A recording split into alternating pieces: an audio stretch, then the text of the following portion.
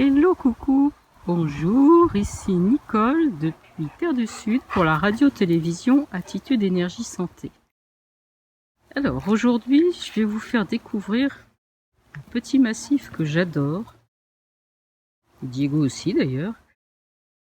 Il est surnommé Chaucouret et pour nous c'est un lieu sacré du jardin. Il est sur la ligne dessinée entre la maison principale que vous apercevez là-bas au bout, derrière les arbres, et celui qu'on appelle le pin solennel. Alors je vais avoir du mal à vous le montrer parce qu'on va être en plein contre-jour. Et voilà, il est là. Hein. Et en fait, cette ligne dessinée par le pin solennel et la maison principale est une ligne qui donne l'axe nord-sud. Et sur cette ligne, il y a ce petit massif qui s'appelle Chaucouret, qui est un massif dédié aux ancêtres de la maison. Et c'est un endroit qui est tout le temps verdoyant. Je vais me reculer un peu pour que vous le voyez un peu plus dans sa globalité. Donc vous voyez la maison qui se dessine au fond derrière l'oliveraie.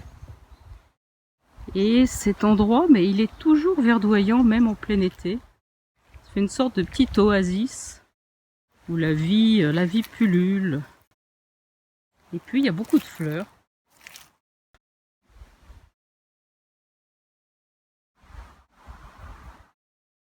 Et il y a ces graminées qui volent au vent. Aujourd'hui, il y a un peu de vent. Vous allez l'entendre, je pense, dans la vidéo. Et donc, toutes les graminées et les petites fleurs roses sont en action. Et ça grouille de vie dans ce massif. C'est un vrai plaisir. Je fais un gros plan sur ces toutes petites fleurs que j'adore. On a du mal à attraper d'ailleurs avec la caméra parce que ça bouge tout le temps, tout le temps, tout le temps. Voilà deux là. Elles sont magnifiques ces petites fleurs.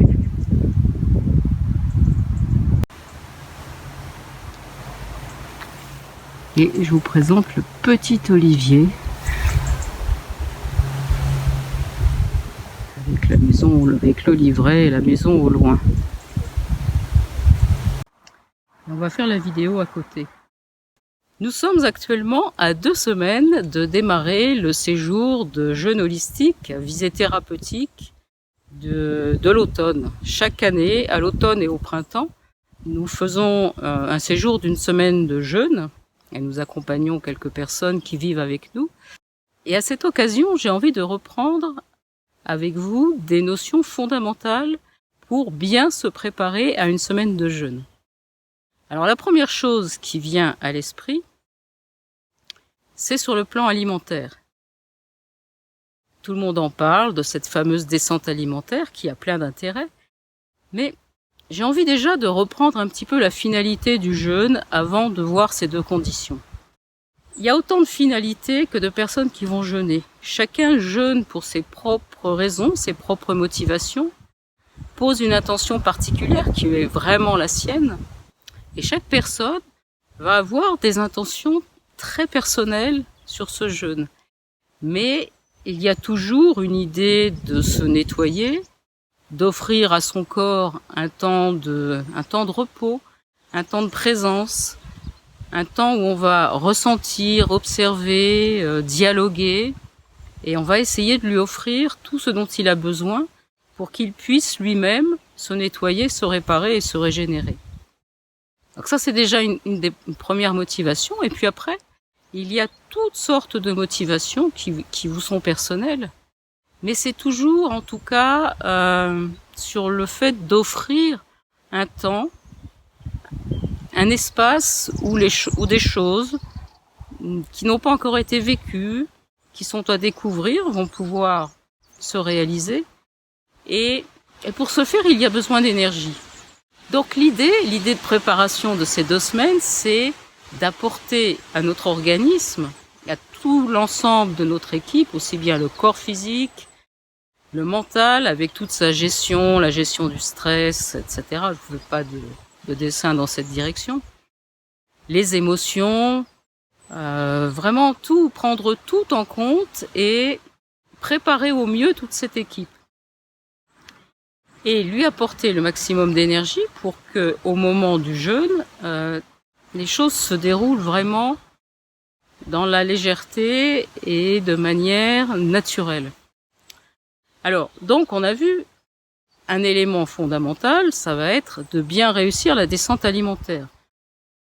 Donc ça, je saurais que vous conseiller éventuellement de télécharger le petit e-book que nous avons écrit, Laetitia et moi-même, ou d'autres choses, et de voir un petit peu les différents paliers qu'on peut proposer, et d'installer ça dans votre vie à vous, en fonction de l'alimentation que vous avez au quotidien, d'adapter ce plan qui est sur 3 semaines, de l'adapter à la façon dont vous vous nourrissez, l'idée étant, sur ces 2 semaines, de consommer le maximum d'aliments bruts, non cuisinés, de préférence crus quand c'est possible, qui vont vous apporter le maximum de vitamines, de minéraux, d'antioxydants, d'acides gras essentiels de bonne qualité, quelques protéines de bonne qualité, faciles à digérer, des aliments, des super aliments, des graines germées, des algues, des graines oléagineuses, pour vraiment faire un stock d'aliments très riches en micronutriments. Et ce qui vous permettra d'aborder le jeûne avec un stock en cargaison, si je peux dire, de vitamines, de minéraux dont vous allez vous servir au quotidien pour réparer et régénérer au niveau cellulaire et tissulaire. Donc ça, c'est le premier point.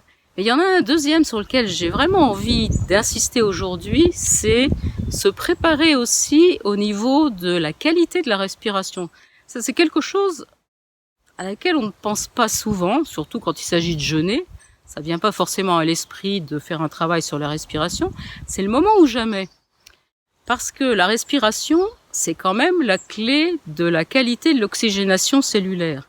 Or, vous savez que pour qu'une cellule travaille, donc pour qu'une cellule puisse se nettoyer, se réparer et se régénérer aussi, il lui faut certes des micronutriments, des macronutriments, mais ça elle va les trouver dans l'organisme, mais il lui faut aussi de l'oxygène et un maximum d'oxygène.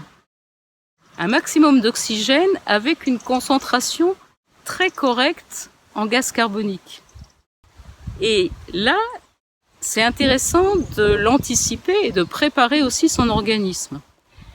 Donc, ce qu'on vous propose, c'est de profiter de ces 2 semaines pour vous offrir des temps dans la journée, 2 à 3 si possible, ou si vous avez la possibilité, vous allez marcher dans la nature, dans la forêt, au bord de la mer, vraiment dans des endroits où l'air est pur et où c'est agréable d'aller se ressourcer.